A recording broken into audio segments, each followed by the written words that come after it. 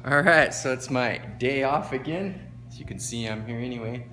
Seafood Dave left a couple things on, but at least he didn't leave the air conditioning on this time, so that costs more, so I'd rather he left the things on than last week, like when it was the air conditioning.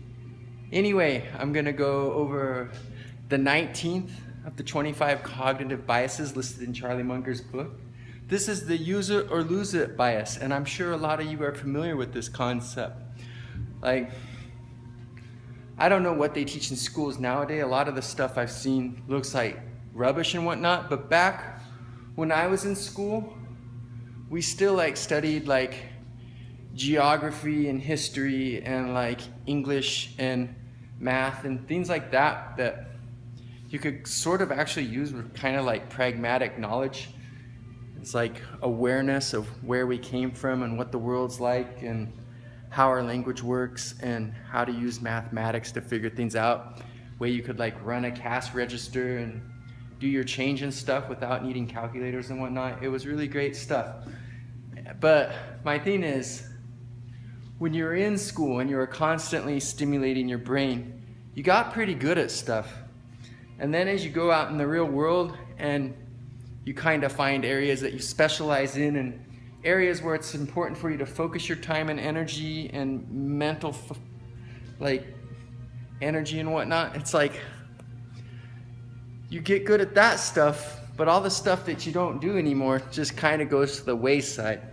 So what Charlie Munger was saying in his book is it's important to there's about a dozen or so pragmatic skills, areas of knowledge and whatnot, that it's good to kind of cultivate to a certain level, just to put enough focus on them to keep them sort of around par. You don't have to be exceptionally fluent in these things, but at least to have a basic understanding, because these skills will serve you well.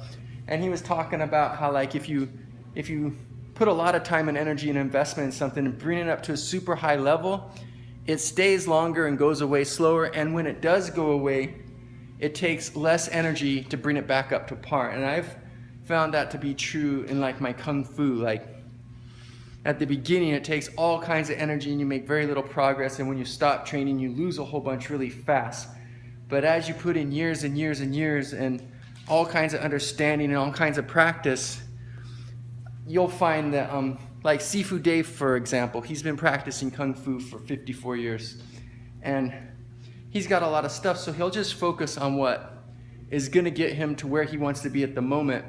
But in the archives of his mind, he still has all these other things he's trained. And every now and then when he thinks a concept's important, he'll hit it again.